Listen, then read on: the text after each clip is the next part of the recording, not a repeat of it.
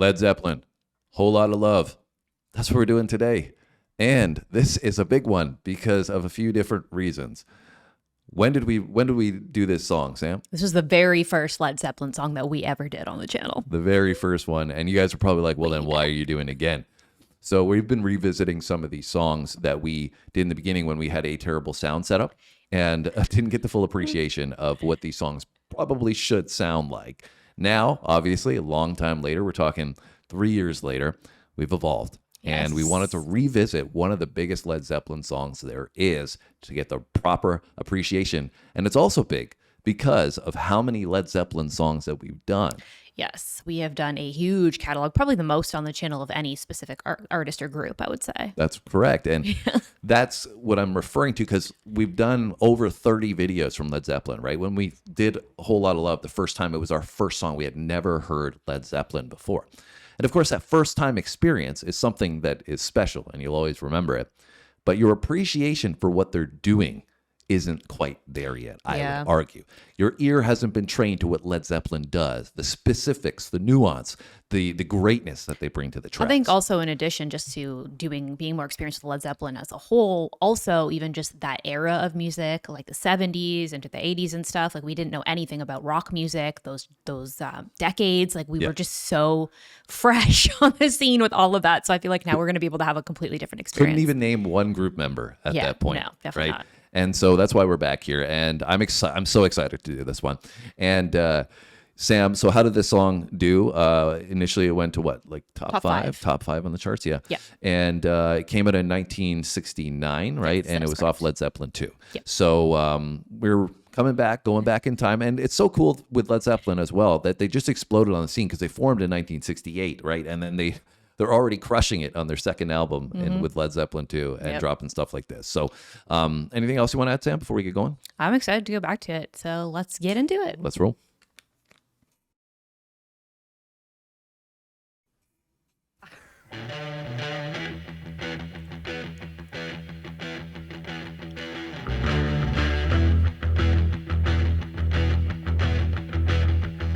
You need cooling, baby, I'm not fooling. I'm gonna send you back to schooling. Way down inside, honey, you need it. I'm gonna give you my love. I'm gonna give you my love. Oh, want a whole lot of love. Want a whole lot of love. Want a whole lot of love. Want a whole lot of love. You've been learning, baby, I've been learning. All that good time, baby, I've been the dirt bed. Way down inside, honey, you need I'm gonna give you my love. I'm gonna give you my love. Oh, whole lot of love. Want a whole lot of love. Want a whole lot of love. Want a whole lot of love.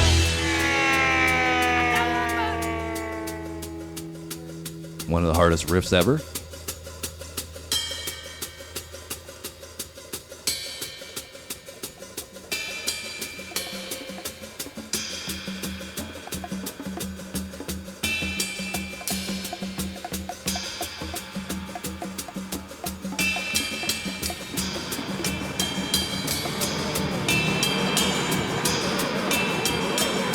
Stereo. Like I'm a trip.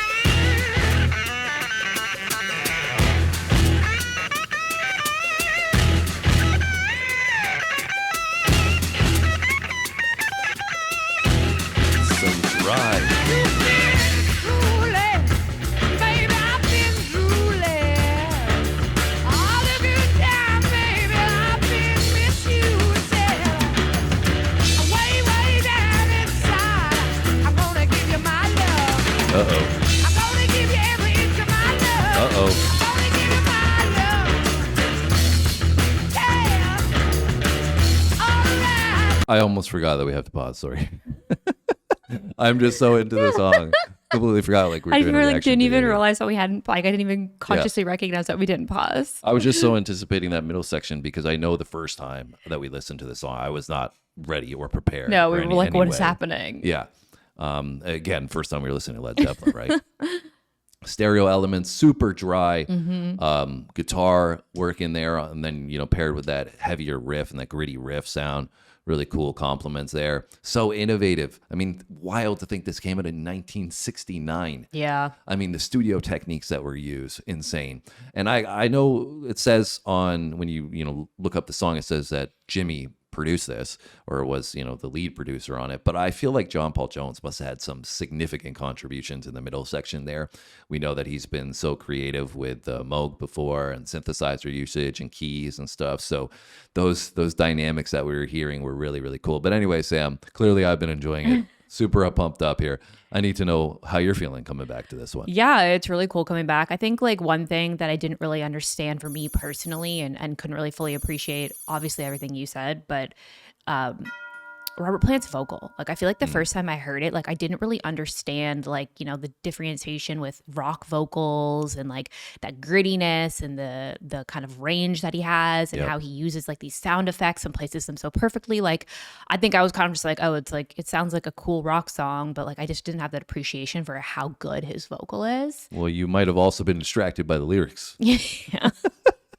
Going to give you every inch of my love. Well, I was about to just say, like, I also don't even think the first time that we listened to it, like, maybe I'm wrong if I don't remember, but I didn't even realize how much sexual innuendo was even in this song. Like, the first time I listened to it. It's pretty raw. Like that, and then all these the noises he was making in the middle section there. Like, I was thinking now, I'm like, I don't remember it being like this, having this much sexual innuendo. But anyways, yeah, I feel like that's one thing in our journey with Led Zeppelin. Like, obviously the creativity and the diversity that they bring to their music, but I really do enjoy his vocal and even kind of like how he uses it sometimes in more of like a bluesy sound. And I feel like this has some aspects of that. Well, that was what they were so innovative, you know, why they were so innovative, right? They're taking like blues music and making it hard rock, even close to heavy metal in some sense. Yeah. At the time, it was so innovative, so creative, so different, and a big part of that is Robert Plant's vocal that you just talked about. All right, let's go again. I want to rewind it, make sure that we get into that break and that drop back into that riff because it's so fire. So if I have to restart or come back a bit, I will.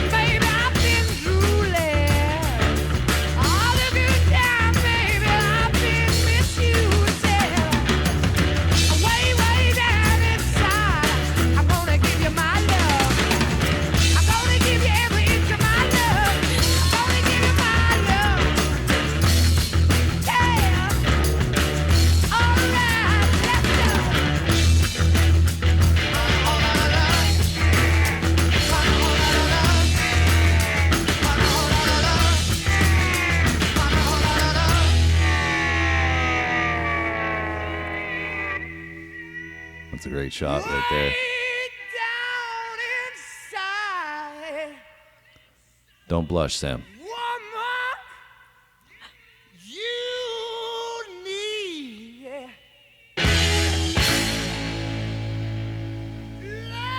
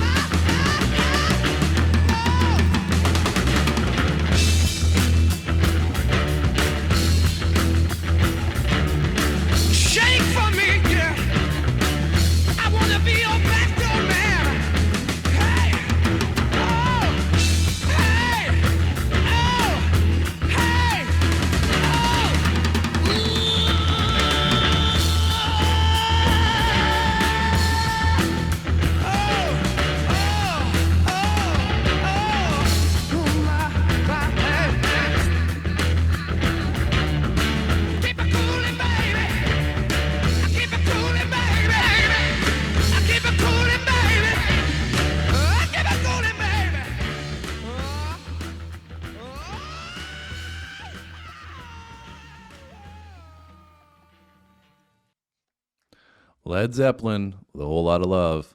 And there was a whole lot of innuendo on that.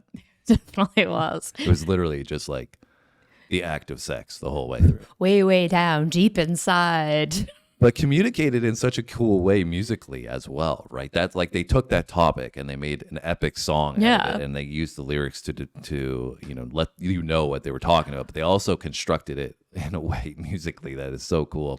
Yeah. Whether you want to refer to the orgasm or what. But yeah. Well, that's what I was talking about in that middle section. I kind of at the end too, but when he said the sounds he was making, it almost seemed like he was kind of like coming to a climax. Yes, as the song was as well. Yeah. I mean, so epic. And, for me, coming back to this one and that topic of the innuendo, and knowing that we've done so much more music on the channel now, especially from the 60s and the 70s, and we kind of seen the transition of those eras, this would have been a sharp change from the delivery of that message, right? Because in the 60s, I feel like you had a lot of groups like the Beatles or the Monkees or the Animals that were giving you these like really nice love songs. Yeah. Right? There was none of this like, we're talking about love and sex or whatever, I guess a little more sex on this one, clearly. Yeah. But nobody probably tackled the subject that way. And then coming in the perspective of a hard rock, in like this hard hitter, you know what I'm saying? We don't necessarily talk about relationships or sex or love up until this point in this way with music.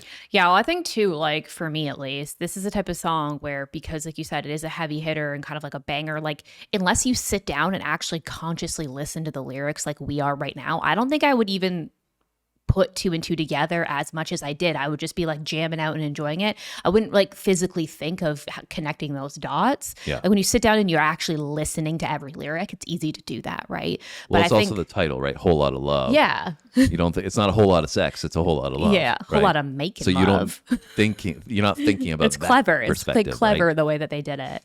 The other thing I was going to say about Robert Plant's vocal was that previously, before getting into this, Led Zeppelin and rock music on the channel, I was always somebody who, if I heard like screaming, I don't even want to call what he's doing screaming because it sounds great, but screaming in any sort of rock music, I'd be like, that's too much for me. I don't want to listen to that. But he does it in such a way that makes sense in the songs that he's doing, and it's actually pleasant to the ear. Like it's like it just adds an extra layer of, I feel like, dynamic vocal ability to the song, right? Whereas before I'd be like, oh, it's too much for my ears. Whereas this, I'm like, yeah, it sounds good. Yeah, you liked a certain frequency for a really long time. Yes. And you got exposed to that frequency that was very, very different. You're like, what is this? I'm Literally. not used to it. And that's what I was saying about us coming back to Led Zeppelin, right?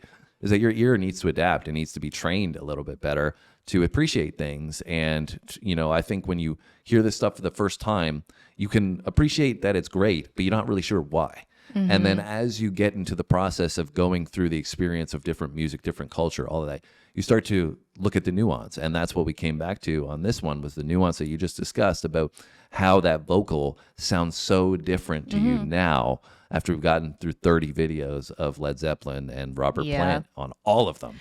And now when you come back to this and hearing it for the freshness that it had and those peaks and valleys and the emotional drive, you appreciate it so much more. Yeah, I think it's also just about not classifying music in like a black or a white, right? There's ranges of everything and different variations of everything too. So instead of just being like, I don't like this or I don't like that, because thinking things all sound the same, that's not the case. Yeah. So that's why you got to approach music with an open mind. Yes. And we've definitely done that on the channel, all thanks to so many of you. But Ed Zeppelin has been a big part of this, part of our journey. So I'm sure he's happy that we've revisited something that I'm sure is a standout for him in the catalog as well. So let us know if there's anything else that we should check out from Led Zeppelin that we haven't done thus far. I think we've gotten through a lot, but I'm sure there's more to do. So give us your thoughts, your insights on how you feel about this song, where you remember it from, with this blasted on the radio. I don't know. It's actually something I'm curious about, because we know it did well Went in top the charts. 5. Yeah. But I'm kind of like hard pressed to believe that people were playing this on the radio that much because of the content of it. So I don't know how that would have played out. You guys can give us those insights down below. Have a great day, and we'll see you on the next video. Thanks for watching, guys.